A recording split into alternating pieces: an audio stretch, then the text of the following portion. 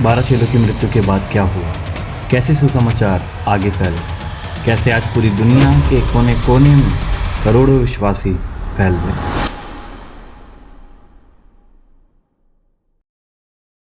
आज हम बात करेंगे एक युग की जो मसीह विश्वासियों के इतिहास में बहुत ही महत्वपूर्ण रहा है। ये कहानी है एक छोटे से पीड़ित मंडली से लेकर आज करोड़ों विश्वासियों तक पहुंचने की। कुछ समय पहले मेरे मन में यूं ही आया कि 12 चेलों की मृत्यु के बाद कैसे सुसमाचार आगे फैला होगा, क्या क्या हुआ होगा जिससे आज दुनिया के कोने कोने में हर जगह विश्वासी फैले हुए हैं। जब मैं स्टडी कर रहा था तो बहुत सी बातें मुझे पता चली जो मुझे लगा कि हर एक विश्वासी को यह पता होना चाहिए कि किस तरह विश्वास में बढ़ने की कहानी शुरू हुई। अपोस्टलिक एरा।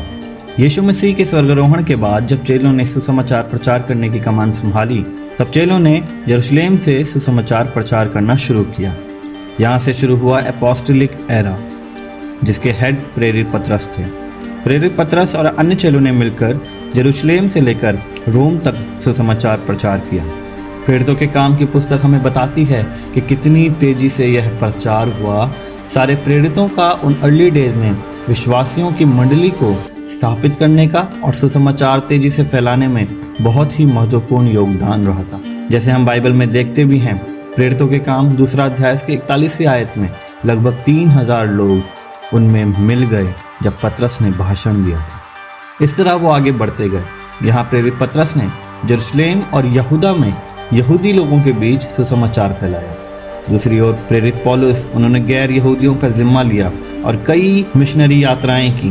प्रेरित पौलुस ने Asia Minor, modern day Turkey, Greece और स्पेन और भी कई जगह कलीसियाएं स्थापित की और सुसमाचार तेजी से फैलाया। उनकी लिखी पत्रियां हम आज भी पढ़ते हैं। थॉमा सुसमाचार फैलाने के लिए इंडिया आए और अन्य प्रेरितों ने भी अलग अलग जगह जाकर सुसमाचार प्रचार करने का जिम्मा संभाला। उस समय इन प्रेरितों ने सारी कम्युनिटीज को स्थापित किया और इन्हीं की पत्रियों से अर्ली डेज बिलीवर्स को गाइडेंस मिलती थी। लेकिन इसी बीच प्रेरितों और विश्वासियों को सताव भी सहना पड़ा। जैसे हम बाइबल में भी देखते हैं कि कैसे रोमी साम्राज्य मसीह विश्वासियों को खतरा मानता था और इस बीच प्रेरितों को भी अपनी जान गंवानी पड़ी और अन्य मसीह विश्वासियों ने भी अपने प्राण प्रभु यीशु मसीह के लिए दे दिए। लेकिन इन सब ने मिलकर मसीह की जड़ों को मजबूती दे दी थी। फिर दौर शुरू हुआ क्रिश्चियंस को सताने का, 100वीं शताब्दी से लेकर 313 शताब्दी तक। इस बीच मसीह विश्वासी रोमन अधिकारियों द्वारा बहुत सताए गए।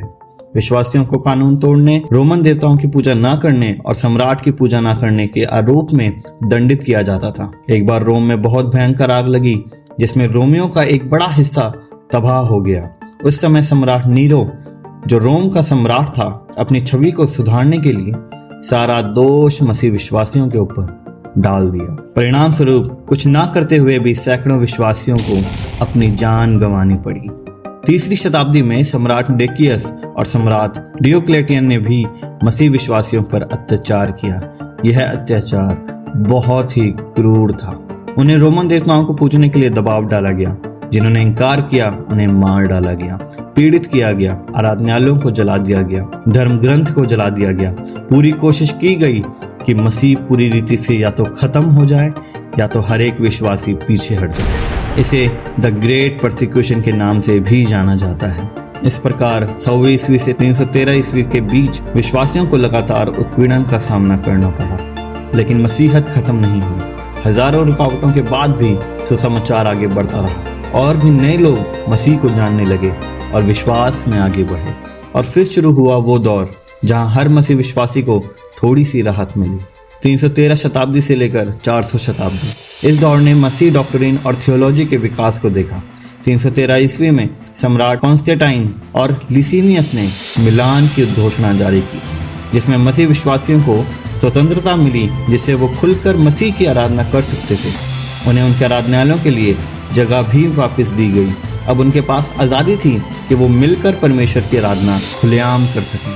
सन 325 ईस्वी में फर्स्ट काउंसिल ऑफ नाइसिया का ऐलान किया गया, जिसमें सम्राट कॉन्स्टेंटाइन ने मसीह विश्वासियों के प्रमुख सिद्धांतों और विवादों को हल करने के लिए नाइसिया की प्रथम महासभा का आयोजन किया, जहां नाइसीन क्रीड को अपनाया, जिसमें लिखा कि यह पक्ष पिता, पुत्र, पवित्र आत्मा पर विश्वास करता है। इसके बाद लगातार मसीह लोग सुसमाचार प्रचार करते रहे, कई जगह सताव भी सहते रहे, कई जगह यात्राओं से जा जाकर लोगों को सुसमाचार सुनाया और प्रभु यीशु मसीह की आज्ञा टलने नहीं दी।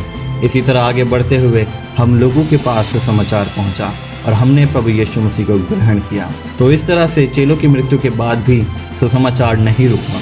मसीहों को इतना प्रताड़ित किया गया, मारा गया, फिर भी सुसमाचार नहीं रुका और ना रुकेगा। यह वीडियो क्या क्या हुआ था इसका सिर्फ एक छोटा सा अंश है।